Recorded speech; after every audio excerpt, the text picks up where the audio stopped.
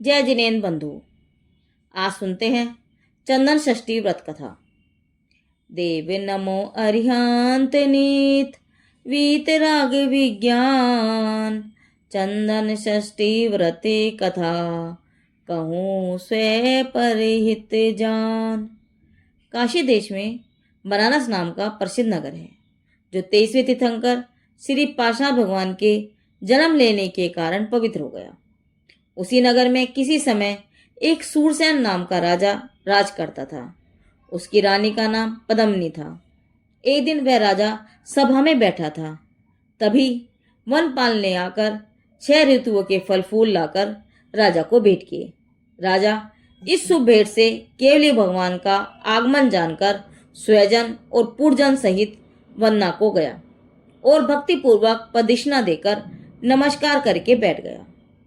श्री मुनिराज ने प्रथम मुनि धर्म का वर्णन करके उसके पश्चात श्रावक धर्म का वर्णन किया। उसमें भी सबसे प्रथम सर्वधर्मों का मूल सम्यक दर्शन का उपदेश दिया कि वस्तु स्वरूप का यथार्थ श्रद्धान हुए बिना सब ज्ञान और चारित्र निष्फल है और यह निर्गंथ गुरु और दयामयी जीन पंडित धर्म से ही प्राप्त होता है। अतएव प्रथम इनका परीक्षा पूर्वक श्रद्धान होना आवश्यक है। उसके बाद अहिंसा, सत्य, अस्त्य, ब्रह्मचर्य और परिग्रह त्याग, ये 5 व्रत एक देश पालन करें तथा इन्हीं के यथोचित 3 गुणव्रत व 4 शिक्षा व्रत का भी पालन करें। इन सब का उपदेश दिया। तब राजा ने हाथ जोड़कर पूछा, हे प्रभु, रानी के प्रति मेरा अधिक स्नेह होने का क्या कारण है? यह सुनकर श्री गुरुदेव ने कहा, राजा सुनो, अवंती देश में एक उज्जैन नाम का नगर है। वहां का राजा वीरसेन था और उसकी रानी का नाम वीरमती था।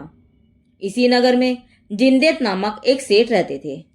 उनकी जयावती नाम की सेठानी से ईश्वरचंद नाम का पुत्र था, जो कि अपनी मामा की पुत्री चंदना से पाणी ज्ञान का सुख से कालक्षेप करता था। एक समय सेठ जिंदत और सेठानी जयावती कुछ कारण पाकर दिगंबरी दीक्षा ग्रहण करके मुनि अरज का हो गए और तब के मातम्य से अपनी अपनी आयु पूर्ण कर स्वर्ग में देव देवी हुए और पिता का पद प्राप्त करके ईश्वरचंद सेठ भी चंदना सहित सुख से रहने लगा।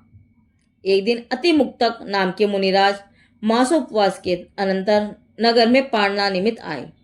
सो ईश्वरचंद ने भक्ति सहित मुनि को पढ़ाकर अपनी स्त्री से कहा कि श्री गुरु को आहार देओ। तब चंदना बोली, स्वामी, मैं ऋतुवती हूँ, कैसे आहार दूं? ईश्वरचंद ने कहा कि गुपचुप रहो, हल्ला मत करो। गुरुजी मासोपवासी हैं, इसीलिए शीघ्र पारणा कराओ। चंदना ने पति के वचनानुसार मुनिराज को आहार दे दिया।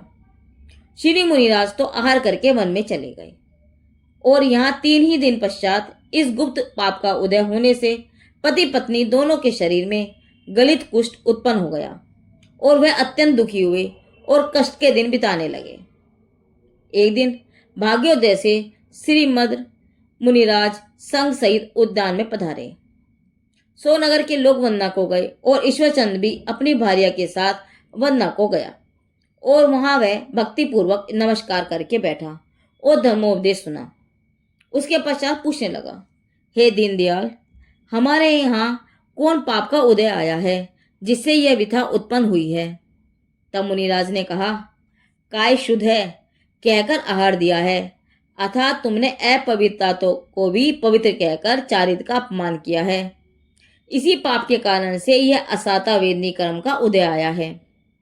यह सुनकर उक्त सेठानी ने अपने अज्ञान कर्तव्य पर बहुत पश्चाताप किया और पूछा, प्रभु, अब कोई उपाय इस पाप से मुक्त होने का बताओ। तब श्री गुरु ने कहा, हे भद्र, सुनो, अश्विनवदी षष्ठी को चारों प्रकार के आहार का त्याग करके उपवास धारण करो तथा जिनालय में जाकर अभिषेक करो। अष्टद्रव्य से 6 अष्टद्रव्य चढ़ाओ अर्थात 6 पूजा करो। 108 बार नवों मंत्र का जाप करो। चारों संघ को 4 प्रकार का दान दो। इस प्रकार व्रत करो। तीनों का सामायिक व्रत, अभिषेक, पूजन करो। घर के आरंभ व विषय कसायों का उपवास के दिन और रात्रि भर 8 पहर तथा धारणा और पालने के दिन 4-4 पहर, ऐसे 16 पहरों तक त्याग करो।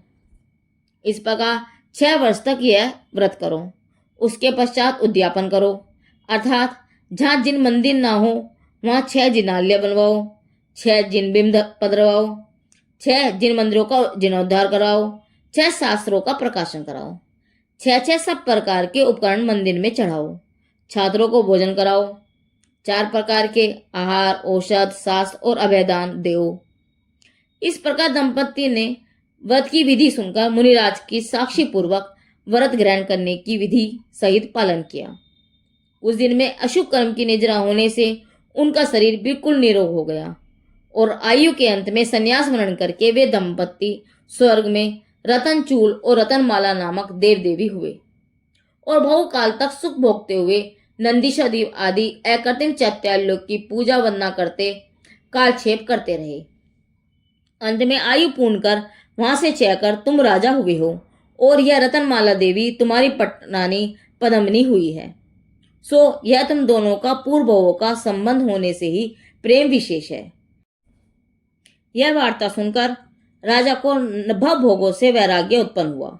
सो उन्होंने अपने ज्येष्ठ पुत्र को राज्य देकर दीक्षा ले ली और घोर तपस्या किया और तप के प्रभाव से थोड़े ही काल में केवल ज्ञान प्राप्त करके वे सिद्ध पद को प्राप्त हुए और रानी पद्मिनी ने भी दीक्षा ले ली। वह भी तप के प्रभाव से स्त्रीलिंग छेद कर 16 स्वर्ग में देव हुई और वहां से 6 कर मनुष्य भव लेकर मोक्ष पद प्राप्त करेंगी।